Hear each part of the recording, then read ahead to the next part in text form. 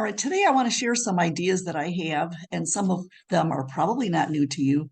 Ideas on breaking assignments up into smaller bites, okay? Um, so sometimes referred to as scaffolding, but there are other ways to do it too, of course. And scaffolding, as you probably know the term, is just stair steps or uh, platforms that you could use to get from one place to another, one step at a time. So in educational terms, it's dividing up an assignment into learning chunks or providing tools to help the student get through assignments one step at a time. So first step, obviously, just get started, right? Sometimes just looking at the assignment will help. It might be just the push that you need to get started. And if you have the topic in your mind all week long, you could think about it while you go throughout your day. You know that it's there, maybe nagging at you as you go through your day or through your week. So when I do my weekly announcement, first of all, I always link to the module. I won't just say module 7 starts tomorrow. I might say module 7. And then sometimes if you link if you choose that link to add the link to the assignment, or to the module, I'm sorry. Sometimes it will just say module 7, but I like to go into the module, get the title of the module or the topic of the module and add that in as well. So like I would say module 7, entrepreneurship starts tomorrow, that kind of thing. And sometimes I might reference an assignment that's coming up, a big assignment, and I'll link to that as well. When I was in grad school, this is interesting. When I was in grad school, first of all, I started grad school at age 55, finished at 57. I've been teaching for 11 years. So, everybody knows now I'm 46 years old, right? That's my favorite joke. I love telling that story. But anyway, I would come home from my class, which met every Monday night. We had a paper due every week. And I would come home from class on Monday nights and do the title page for the next week's assignment. We had a paper due every week. So sometimes that just seemed like a big deal. And one of my friends, one of the ladies who was working at the Indiana Wesleyan reception desk, gave me this idea. I did not even know how to use a USB. First of all, let's mention that. I didn't know how to transfer a paper to a USB to take the USB to the school to print the paper. So I learned a lot. And she also showed me how to use a template, which is what I have for my students in a lot of my classes. So you load up a file like this for your students, and then you teach them how to go right over where it says student's name. They type their name over it. Where it says sample essay, they type the name of their paper over it, and then they save it with the new name. That's what I would do every Monday night after class was over. And if you have a paper that's already in a course that you're teaching and want to divide it up like that, you just need to make sure you keep the same number of points. You can also include an entire template. So like this one here, from what I understand, APA format does not require a running head anymore, but there is a header on this one. First paragraph says, this is what your essay should look like. The first paragraph is where you'll address the first part of the assignment. And the second paragraph tells you what to do for the second paragraph. So that way they have ideas, they know what to include, they know what you're looking for, and it makes it easy for them. So why would you scaffold an assignment to begin with? Just to help get started, but you also have intimidated students who don't know where to begin, like little Chloe over here, doesn't know where to begin. They're afraid they're going to fail. And so sometimes just getting started kind of sticks their feet in the cold water. They go, oh, this isn't so bad after all. It also gives you a chance to get students off on the right foot. A student who might be choosing the wrong topic for a paper, for example. And then that way it works out well because you know that they're doing the right thing and you won't have to wait until they're done with the entire paper to find out that they did the wrong thing.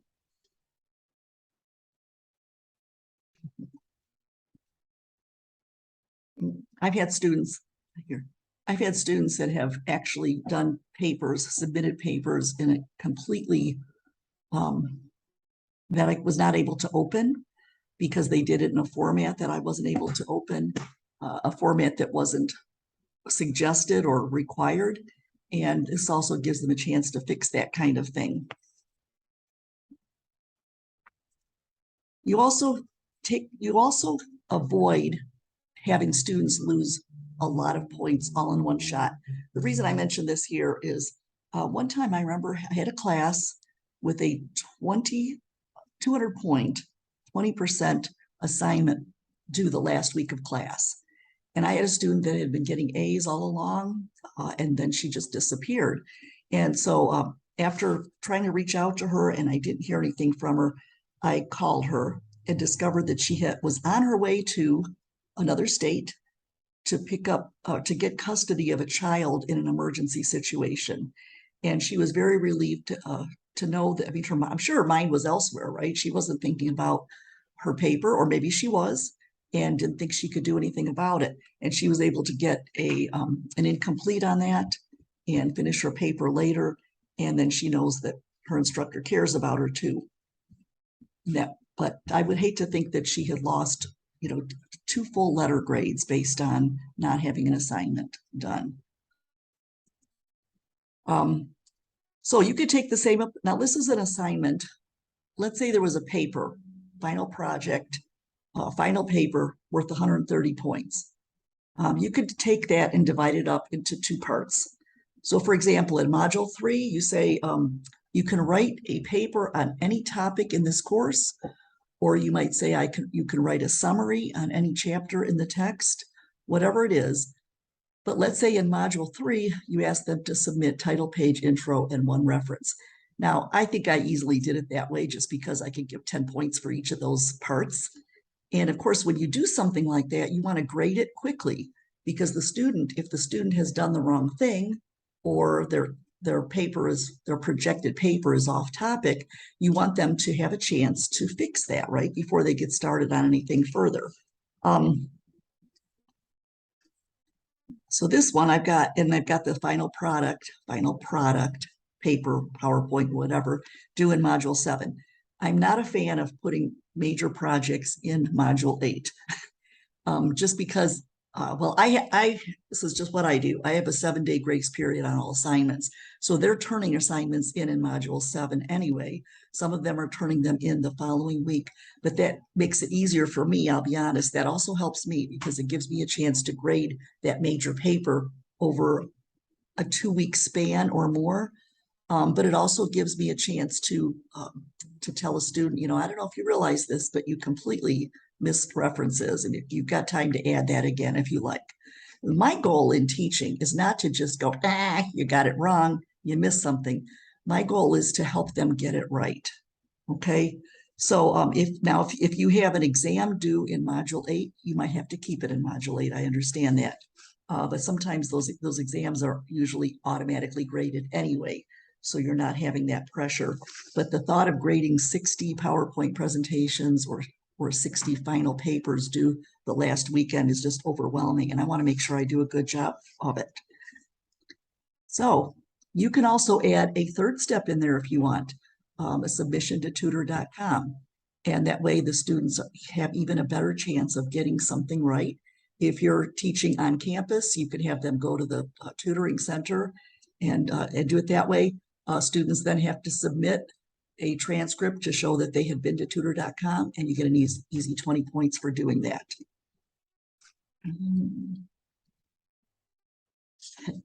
It helps students pace themselves. I love this little doggy. A lot of students wait until the last week to start an assignment, and then they realize, well, I don't know what I waited for. It wasn't as bad as I thought. So dividing an assignment helps them work on it a little bit at a time. And it makes grading, like I said, makes grading easier for you, since you're also grading parts of it at one time, but mostly because they're doing it right. And but when you do get that first part, the rough draft, or the part where they have to turn in the title page, make sure you grade it right away. Check on your assignments right away, because you don't want students to have to wait to see if and then tell them, oops, you got it wrong. If they're getting it wrong, they want to know right away. Another reason for scaffolding, now it says bad test takers. Is there really such a thing as a bad test taker, or are they just scared? they're scared, they've got anxiety. And sometimes it's because of the pressure of having such a high stakes assignment all at once. And yeah, so you want to do things to help them prepare. Study sessions, maybe online. I did a bingo game once for Business 101 to study the key terms. I will admit that worked better in a face-to-face class. And because students were not required to show up but I did still wind up going over using the same bingo game format. I went over it with students on Zoom, and that was kind of fun. And then I recorded that, me just going over those key terms, and my students were able to listen to that later. And actually, I kept it for future classes to use as kind of podcast style, listening to me go over those key terms. You could provide a study for them. Actually, you can also, if you're using MyLab or Connect, something like that, your rep would, I'm going to say, be happy to help help you make another exam. I've done this before, and our McGraw-Hill rep was very helpful. I took the final exam, divided it into 2 parts, made one part over the first half of the first 4 modules, and made the second part over the next 4 modules, and that worked out really well. This is what I did also for my students. I discovered that there were some key terms that were not even in the text, because our outcomes org for Business 101 covers different textbooks. So I have several 1-minute, 2-minute long videos going over the key terms. This is my beautiful son, Ezra, helping me illustrate horizontal mergers to students. We took all the Caterpillar tractor toys and all the John Deere tractor toys in 2 different buckets and combined them into a bigger bucket. That was fun. Just had to share. Okay, so for high stakes assignments, also give them points for scheduling to make sure the exam is scheduled. It's amazing though, I still had students for my Business 101 course that did not schedule their exams, in spite of a couple of different message all. I love the message all feature. Message all students who have still not submitted their scheduling. And I required them to send me an image, a screenshot or something of a confirmed appointment, not just a request for an appointment. But I messaged all and said, you're going to need to take this exam. You'll get 15 points if you do it, but only if you do that scheduling before this date. And so that worked out well for the most part. Like I said, there's always a few that did not get it done anyway. Scaffolding also to avoid problems later. Look at this nice student here who is getting ready to do a webcam interview on InterviewStream. Actually, that's my son. Okay, he was nice enough to let me use his photo. Okay, so in the capstone course, we have a mock interview that's due in module 7 or 8. I can't remember with 6. I don't remember now. Not the end of the course, okay, but it used to be at the very end of the course. And when I first started teaching that course and mentoring it, students would have trouble with that. They would get to that assignment and discover that their webcam didn't work. They didn't know how to log in. They didn't have a computer or whatever. And so they would wind up maybe missing out on that major assignment, which is a very valuable assignment for a capstone student. And so I added a scaffolding assignment to avoid some problems, okay? And you might ask, what kind of problems? Well, this was one of them. I had a chance to tell my students, you might want to reconsider where you're standing. And I've done the same thing with my headdress here. I was able to tell a student, you might not want to sit in front of that ceiling fan, or you might not want to sit in front of that houseplant. But this assignment in this case wasn't just a practice for where to sit and how to do an interview. We took advantage of the objectives, because if you change an assignment, you have to stick within the objectives and point value. So this assignment wound up becoming a time management interview, and actually 2 questions that you might come up with on a job interview. So it really did help with the webcam interview later. One was, give me an example of time management time management skill that has been proven successful for you, and tell me about a time when your poor time management impacted one of your projects, and how did you handle it? So that helped students prepare for the webcam interview later in the course, but it also fulfilled the requirements or the objectives of this assignment. So we've got all the students then had their password for interview stream all set. They had practice using it and felt a little bit better, I think, when it came time to do that assignment. Okay. So students do a better job on assignments overall, but this actually is helpful for me too. Don't you love the look on my face? I'm like little Chloe, right? It helps avoid problems for me too. Like I said, I don't have to grade everything over all at once because the assignment is broken up into parts. The marketing plan for Marketing 101, instead of being all 4 parts in one, students submit one part at a time and that kind of thing. And they're doing it in every 2 modules has one part of the final project in it. I like that. It makes it easier for me, and definitely not grading everything all at one time. Because here are a couple of things, and not necessarily a scaffolding thing, but something you could do to help students know how to do their homework. I record in Zoom. Now, I know a lot of instructors record directly into Canvas, and I've done that before, but I don't know, I guess I was just used to YouTube already, so I upload things to YouTube, and sometimes I keep it as an unlisted video. But here, example here, students have a PDF version of the marketing text, and I show how you can use Control F to search for something in the text. And in here, show them how to begin a PowerPoint presentation. Like I said, when I started grad school, I didn't even know anything about PowerPoint. Of course, that was 11 years ago. But a lot of our students might not know that right now. Some of the students might, if they have been in high school, if they're fresh out of high school and their high school has taught them some of these things. But as you know, a lot of our students are returning to school later in life. They've already have a career. They're trying to get ahead. And they don't know these things. And just like my friend Donna helped me at Indiana Wesleyan with that the USB and the template, I want to be able to help my students too. Something else, locked assignments. Now, this was from an example of a locked assignment means you cannot get into an assignment until you complete the other assignment. Or you can lock a module where you can't get into the module until you complete a few things. So I've done this before, not in all my classes, but I have a things to know quiz, or you might say a syllabus quiz. And I have questions on there like, is there a final exam or a final project due in this course? Students need to buy a textbook for this course, yes or no? I even have here, what does your instructor do for a living besides teach at Ivy Tech? There are some students who actually get that wrong because they didn't watch my little intro video, and they think I'm a plumber, or I don't know if anybody's ever said nothing, she plays on Facebook all day, but that is one of the options. So in order to get into module 2, I don't like doing this right off the bat because I want the first week to be easy.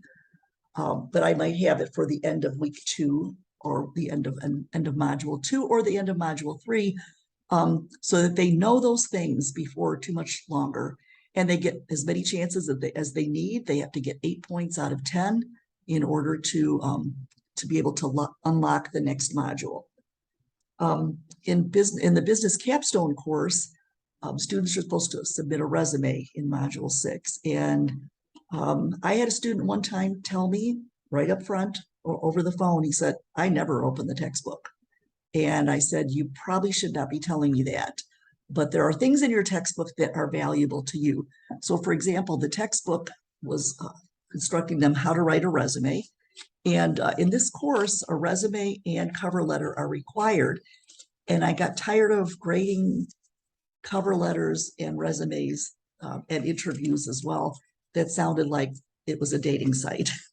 And so, yeah, or having personal information about your dogs and your cats on your resume. So I created a quiz and a short video. I put them in a completely separate module. Let me show you how that works here.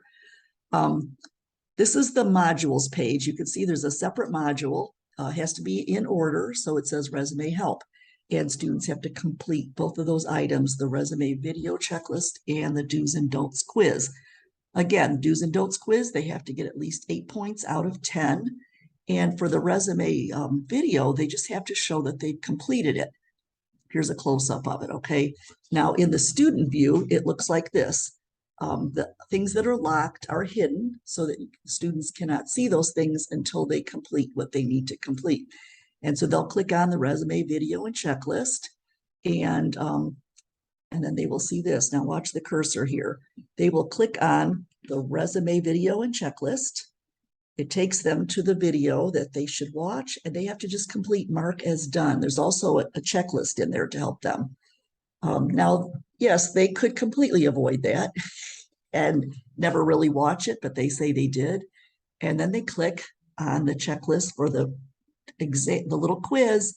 And let's pretend this student didn't do the quiz and he's going to go next. It just keeps circling back until he does. And I've had students who said, why can't I get into this assignment? It's because you need to do that little quiz, okay? So really, what is your goal in teaching? We want students to learn, right? I've heard instructors, and I've actually thought it myself at times, I'm here just a facilitator. I'm just grading homework. There's no interaction. And I don't want it to be the case. I care about my students, and I know you do too. I love being a part of helping people improve their careers and get the education that they need to be able to move ahead. I just love that part. And so to me, it's important to not just grade homework, but also to, I lost my cursor, also to be able to grade homework, but also give them feedback. I provide an extra 7 days on almost all assignments.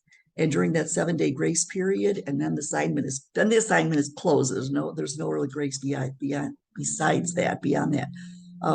But I want them to have a chance for feedback.